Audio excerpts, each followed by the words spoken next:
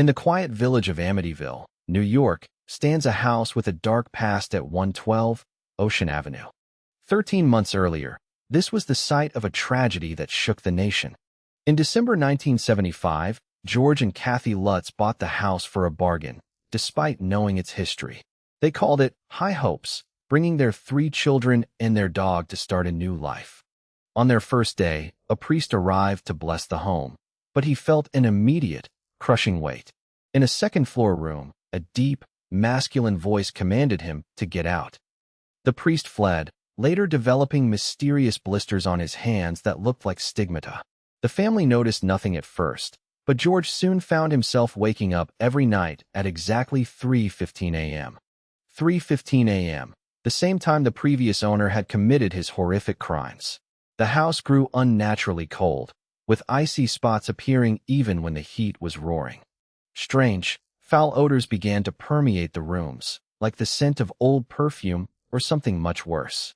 George became obsessed with the fireplace, spending hours chopping wood and staring into the flames. Kathy felt unseen hands embracing her in the kitchen, a cold touch that left her paralyzed. The youngest daughter, Missy, began talking to a friend no one else could see. She called him Jody, a demonic, pig-like creature with glowing red eyes. George saw the eyes too, peeking through the windows from the darkness outside.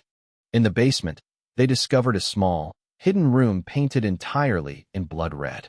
Then came the slime, a green, oily substance trickling from the keyholes and walls. Doors began to slam with violent force, though no wind was blowing through the house.